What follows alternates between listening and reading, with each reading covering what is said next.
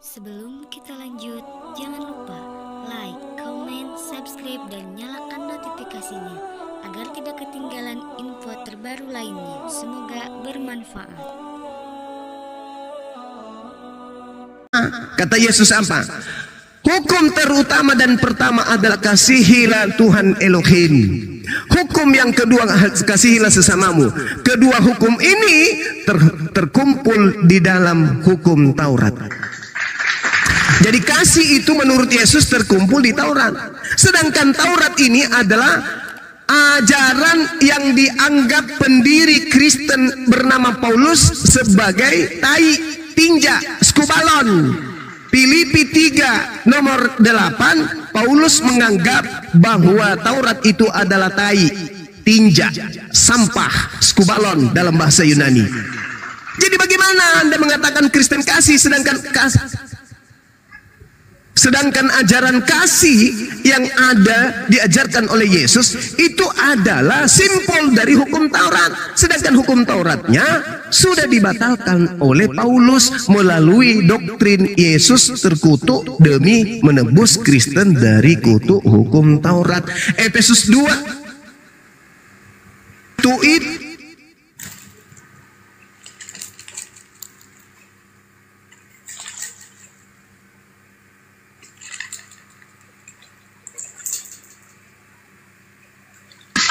Makanya tadi saya minta tunjukkan satu ajaran kasih di Kristen yang tidak dimiliki oleh umat Islam. Katanya apa?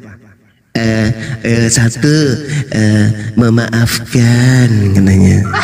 Hei, kalau Islam itu tidak memaafkan, ketika penjajah 350 tahun menjajah, membunuh, merampok, memperkosa, merampas, menjadikan jutaan anak-anak menjadi yatim, wanita menjadi janda, jutaan dibuat oleh Kristen. Dengan notabene politik datang merampas rempah-rempah di Nusantara ini. Begitu dia pulang, gerejanya masih berdiri, bahkan dia mendirikan lembaganya masih ada. Coba, apakah umat Islam yang memperjuangkan kemerdekaan merubuhkan gereja peninggalan Belanda?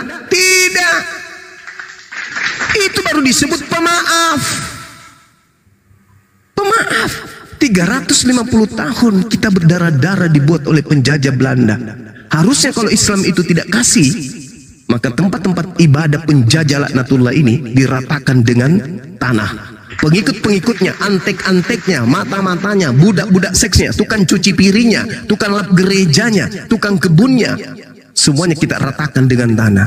Tapi buktinya enggak kan? Kalian masih ada kan? Keturunan dari pengikut Belanda masih ada kan kalian? Masih. Bang Suma, kasih itu apa? Kasih itu adalah ketaatan. Di mana? Coba buka. Apanya? Buka dalilnya. Matius 22 nomor 38 tadi. Kamu tidak dengar? Matius berapa? Matius 22. Nah ini bahaya ini. Mengajar kasih, penganut kasih tapi Bibelnya nggak paham. Malah bertanya Matius berapa? Baca coba. Ya Anda lah yang baca. Sudah? Sudah, silakan. Kasih itu apa? Kasihilah Tuhan Elohim. Satu. Betul? Kasih itu sabar. Mama, sabar menjalankan perintah Elohim. Betul? Kasih itu murah hati. Murah hati menjalankan perintah Elohim. Betul? Ia tidak cemburu. Tidak cemburu melihat kebenaran atau penganut pecinta dunia. Betul? Ia tidak memegahkan diri dan tidak sombong. Ia tidak memegahkan diri. Anda memegahkan diri, mengatakan diri Anda anak-anak Tuhan. Betul? Anda sementara menunjukkan kesombongan dengan berkata-kata yang tidak. Sekarang saya tanya kepada saudara. Sekarang, tidak ada itu, tidak ada. Kalau kasih, dengar, dengar, kalau kasih ada di dalam Kristen, kalian tidak ada Kristen. Karena kasih itu adalah satu. Kasih itu adalah mendengarkan perintah Tuhan. Betul? Kasih kepada Tuhan itu hukum utama dan terutama. Betul? Terus baca hukum yang kedua. Sekarang saya tanya dulu samamu. Kasih itu, dengar, kasih itu adalah mentaati perintah-perintah Tuhan. Betul? Betul, barang siapa Nah, menurut betul. perintah dia Sekarang pertanyaan saya, perintah Tuhan itu ada di Taurat atau ada di Perjanjian Baru? perintah itu ada di perjanjian baru, perjanjian Di mana? Di mana perintah Tuhan di Perjanjian Baru? Tolong tunjukkan perintah Tuhan di Perjanjian Baru. Silakan. Percayalah kepadaku. Saya tanya, perintah Tuhan. Percayalah kepada aku bahwa akulah Tuhan. Pendeta Indra, dengarkan saya. Kasih kepada Yesus berkata, ketika orang Farisi mendengar Yesus membuat orang-orang Saduki bungkam, berkumpullah kemudian mereka, dan seorang dari mereka, yaitu seorang ahli Taurat, bukan ahli ahli dongok kayak Anda. Mereka bertanya kepada Yesus, "Guru, ya paman, hukum manakah yang terutama dalam hukum Taurat?" Diam dulu. Saya kalau lagi meruqyah orang Kristen, Anda jangan berbicara. Hukum manakah yang terutama di dalam hukum Taurat? Jawab Yesus, "Kasihilah Tuhan Elohim." Itu. Kasih kepada Elohim, Anda baca Ulangan 11 nomor 1. Mentaati, melakukan, menekuni, setia, menjalankan segala perintah, ketetapan dan hukum-hukum yang didatangkan oleh Nabi Musa. Itu kasih kepada Tuhan. Yosua 22 nomor 5, kasih kepada Tuhan adalah menjalankan segala hukum Taurat. Itu kasih kepada Tuhan. Itu kata Yesus. Makanya di Matius 19 ketika ditanya, Yesus, apa yang harus aku lakukan supaya saya bisa masuk ke dalam kerajaan surga? Apa kata Yesus? Lakukan segala perintah Bapa yang ada di dalam hukum Taurat. Oke, sebentar. Anda sudah terlalu banyak. Anda baca tadi kan seluruh perintah. Anda tidak baca di bawah. Ya. Sebentar. Inilah. Kepada kedua hukum. Inilah tergantung seluruh kitab hukum Taurat. Hukum itulah tersimpul di mana? Tersimpul di mana? Hukum kasih. Hukum Taurat. Berarti Yesus datang menggenapi karena begitu besar kasih. Tersimpul di mana? Di Taurat atau di mana? Dia telah mengaruniakan anaknya yang tunggal supaya setiap orang yang percaya kepadanya tidak binasa melainkan. Tunggu dulu. Berarti kasih itu adalah percaya kepada Yesus. Itu ucapan Yohanes. Itu ucapan Yohanes. Itu ucapan pengarang Yohanes. Sabar. Sekarang pertanyaan saya kepada saudara, menurut Yesus, hukum kasih ini, hukum terutama, hukum pertama dan hukum kedua, itu keduanya tergantung seluruhnya di mana? Di Taurat atau di mana? Jangan Anda blunder. Menurut Yesus, hukum utama, hukum terutama dan hukum kedua itu terkumpul di mana? Saya jawab. Iya, silakan. Saya bagian jawab ya. Ya. Pada kedua hukum itulah tergantung seluruh kitab Taurat dan kitab para nabi. Tidak begitu. Anda baca di situ. Karena kasih itu tidak berbuat jahat. Pada kedua hukum inilah, dengar. Kasih itu tidak berbuat jahat. Dengar.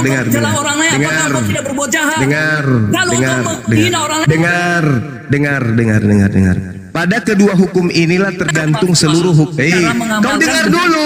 Ku lempar juga kotoran sapi nanti di mulutmu ya. Kau dengar dulu. Pada kedua hukum inilah tergantung seluruh hukum Taurat dan kitab para nabi. Betul? Betul kan? Saya mau jawab, tapi ini si host. Ya sudah, dengarkan pertanyaan saya. Jangan tanya-tanya. Nanti setelah itu baru saya jawab. Dengarkan saya. Hukum terutama dan hukum kedua itu tergantung seluruhnya di mana? Di Taurat atau di mana? Jawab.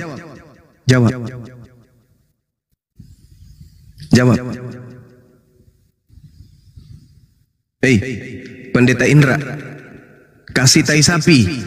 Sebentar. Hukum yang Yesus bawa adalah hukum kasih. Saya tahu, Makanya dia saya ngerti yang saya tahu. Makanya dia menggenapi Taurat dan menggenapi di dalam dirinya yang adalah kasih. Nah, itu mulai ngaco.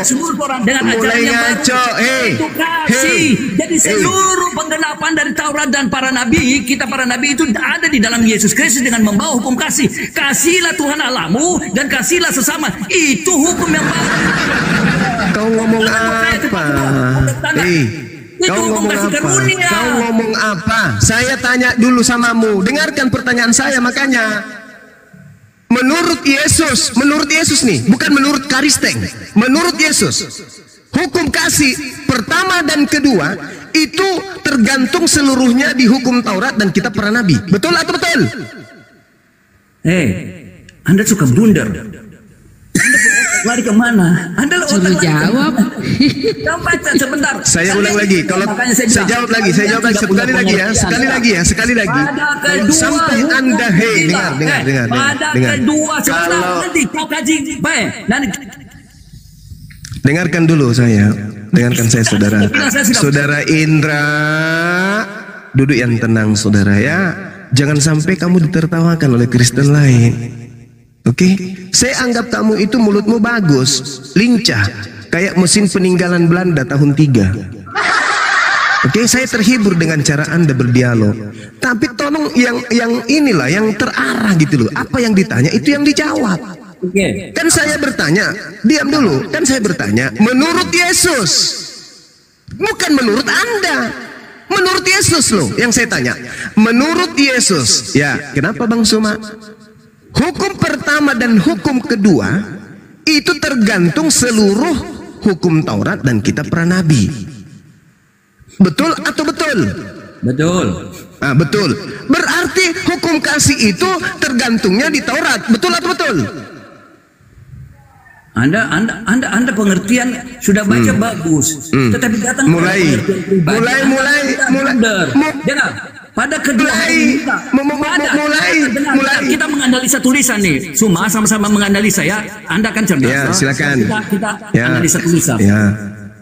Pada kedua hukum Taurat ini, kata pada berarti ditujukan kepada kedua hukum Taurat ini. Tergantung. Jadi hukum Taurat dan kitab para nabi tergantung kepada kedua hukum Taurat. Kata pada itu menunjukkan kepada keduanya, bukan kepada siapa? Kepada siapa? Kepada kedua hukum ini, kasih ini. Nah, jadi hukum kasih kepada Elohim. Dengar, kasih kepada Tuhan dan kasih kepada manusia, semuanya tergantung pada hukum Taurat. Betul? Oke. Nah, sekarang hukum Taurat itu menurut Yesus di Efesus 2 nomor 15 sudah dibatalkan atau tidak? Tidak dibatalkan, tapi disatukan. Nenekmu kiper. Pantasan mulutmu 3. Kau baca Efesus 2. Baca Efesus 2 nomor 15. Saya ingin dengar, silakan. Oh, sebab dengan matinya dia sebagai manusia ia telah membatalkan hukum Taurat dengan segala perintah dan ketentuannya untuk menciptakan manusia baru. Apa itu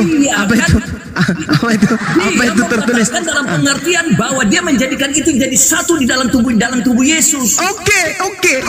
Saya ikuti. Tidak pembatalan kan? Saya ikuti. Dalam tubuh Yesus. Dengar. Pembatalan yang dikatakan oleh Rasul Paulus adalah menjadikan keduanya menjadi satu di dalam Yesus Kristus. Nah, batal berarti Taurat. Hukum Taurat dan hukum kasih dijadikan satu di dalam tubuh Yesus Kristus. Batal atau tidak? Dia tidak dibatalkan karena sudah dijadikan satu di dalam Yesus Kristus. Batal itu berarti. Penggenapannya di dalam Yesus. Saudara. Kalau dibatalkan berarti dia tidak berlaku. Tetapi dia kenapa? Dia masih berlaku dengan cara apa? Hukum kasih itu sudah menyangkut seluruh hukum Taurat. Iya, dengarkan. Saya bacakan pelan-pelan. Saya bacakan pelan-pelan. Oke? Tenang. Sebab dengan matinya Yesus sebagai manusia, Yesus telah katargeo dalam bahasa Yunani. Katargeo itu artinya membinasakan, membatalkan, melenyapkan. Oke? Apa yang dilenyapkan? Hukum Taurat dengan segala perintah dan ketentuan yang ada di dalamnya. Anda mau pelintir? Anda mau melintir lagi? Dengan matinya Yesus sebagai manusia, Yesus telah membatalkan, katargeo dalam bahasa Yunani, membinasakan, melenyapkan, menghilangkan, melepaskan hukum Taurat dengan segala perintah dan ketentuannya. Artinya hukum kasih yang tadi di dalam Matius 22 nomor 38 itu sudah dibatalkan, dihapuskan. Betul atau betul? Jawab, jujur. Jujur.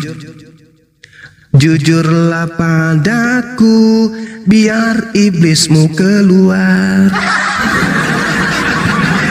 Jujurlah padaku, biar kau tidak lagi jadi Kristen.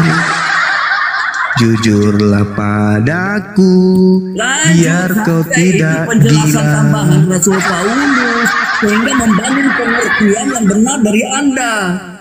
Dia tidak membatalkan, artinya menghilangkan dan tidak berlaku. Hei, Menempatkan dia di kenapa dalam Anda diri mengatakan dia tidak membatalkan, sedangkan dalilnya mengatakan dia telah membatalkan? Yang mana yang betul, Anda atau Dia Paulus? membatalkan dan menempatkan di dalam Yesus Kristus. Tak ada urusan itu, tak ada urusan, tak ada urusan. Tuh, akui dulu, akui dulu, sendiri lagi akui dulu, saudara, akui dulu, saudara, akui dulu. Menurut Paulus, Anda harus punya kasih ya, cara kita berdiskusi ya. Dengar, dia mengatakan, dia mengatakan apa? Dia mengatakan bahwa menciptakannya keduanya, jadi menciptakan keduanya di dalam diri Yesus Kristus.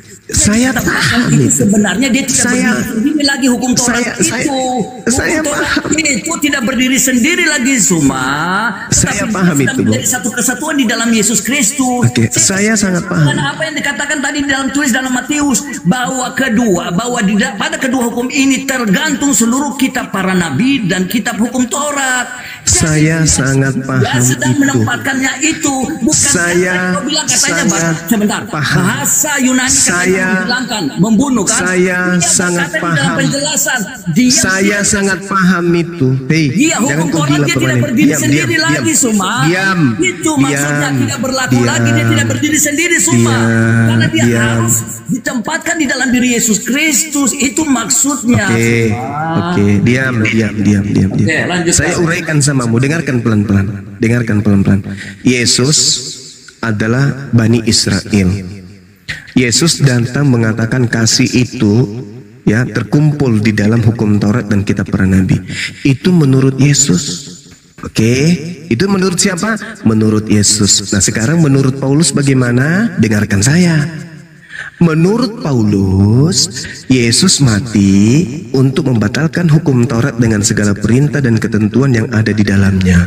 Menurut Paulus, untuk apa Yesus membatalkan hukum Taurat? Untuk menciptakan keduanya menjadi satu manusia baru di dalam diri Yesus, dan dengan itu mengadakan damai sejahtera.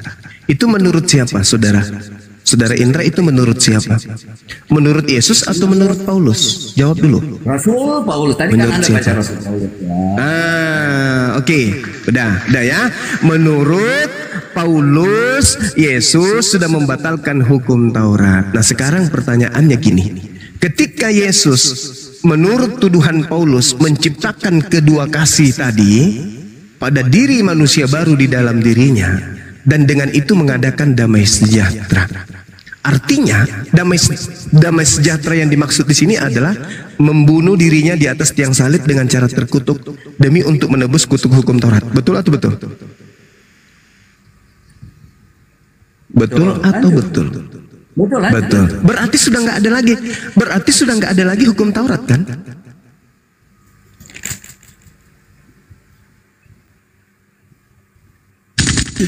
Anda bernarasi, kalau sudah selesai narasi. Ayo. Tidak ada lagi hukum Taurat, betul? Tidak ada lagi kasih, betul?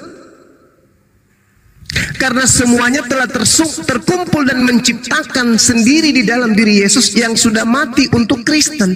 Berarti tak ada lagi kasih, habis. Semuanya tercipta, keduanya menjadi satu pada manusia baru di dalam diri Yesus. Dan Yesus mati di atas tiang salib untuk orang-orang Kristen. Kasih sudah hilang. Tak ada lagi kasih. Jadi kalau mau selamat, percaya Yesus mati di atas tiang salib dengan menebus dosa-dosa Kristen. Jadi jangan pernah lagi kau sebut ajaran kasih ada di Kristen. Tak ada. Semuanya sudah lenyap di atas tiang salib dengan hadiah berupa keselamatan kepada orang Kristen. Jadi hari ini orang Kristen mau merampok, membunuh, memperkosa, halal. Kenapa? Semuanya sudah dikasih oleh Yesus dengan mati mengorbankan dirinya seutuhnya di atas tiang salib. Jadi di Kristen nggak ada lagi perintah-perintah. Makanya Paulus mengatakan apa? Jangan lagi kamu mau tunduk kepada perintah ini, perintah itu, perintah ini, perintah ini. Jangan lagi, sebab Yesus Kristus sudah datang untuk memenangkan kita dari perbuatan, dari pengaruh dosa maut. Coba tunjukkan kepada saya di mana ada di dalam hukum Kristen ini haram, ini halal, ini makruh, ini mubah. Di mana? Gak ada lagi, Bang. Ibrani 6 nomor 1. Oke. Kolose 2, 1 perikop Anda baca. Jangan lagi kau mau diperbudak perintah-perintah, jangan makan ini, jangan makan itu. Jangan lagi. Semuanya halal dalam darah Yesus. Ada lagi. Makanya kalau orang Kristen itu mengajarkan ajaran kasih, saya itu tertawa. Di Kristen itu tak ada kasih. Semuanya telah menciptakan menjadi baru, satu di dalam diri Yesus, dan itu sudah jadi korban di atas tiang salib. Kasih itu sudah sepenuhnya terbayar oleh darah Yesus. Jadi orang Kristen hari ini mau perkosa dirinya sendiri, perkosa apapun, mau makan apapun, mau apapun, itu sudah halal. Tak ada lagi menyembah Allah, nggak ada lagi, nggak ada lagi. Sudah terkumpul di dalam diri Yesus. Menurut siapa? Menurut Paulus. Makanya Kristen itu agama yang paling enak. Mati masuk surga, dosa diambil alih sama Yesus. Tak ada larangan begini, tak ada larangan begitu, nggak ada di Kristen itu, nggak ada, nggak ada. Jadi Kristen itu adalah ajaran kasihnya sudah dibatalkan semuanya. Makanya saudara-saudara yang lemah akal yang mau selamat instan dengan doktrin dan dogma, silakan baptis dalam Kristus Yesus. Silakan masuk Kristen. Oh, selamat Anda. Selamat pasti, tapi itu hanya angan-angan. Karena yang berkata di dalam Efesus itu bukan Yesus, itu perkataan Paulus. Saya Muslim lebih percaya kepada Yesus. Dalam Matius 5 nomor 19 kata Yesus, barang siapa yang meniadakan hukum Taurat meskipun yang paling terkecil, lalu mengajarkan kepada anaknya, istrinya dan orang lain, maka dia akan menempati tempat terhina di dalam kerajaan langit. Oke, sudah. Saya lebih percaya kepada Yesus dong daripada Paulus.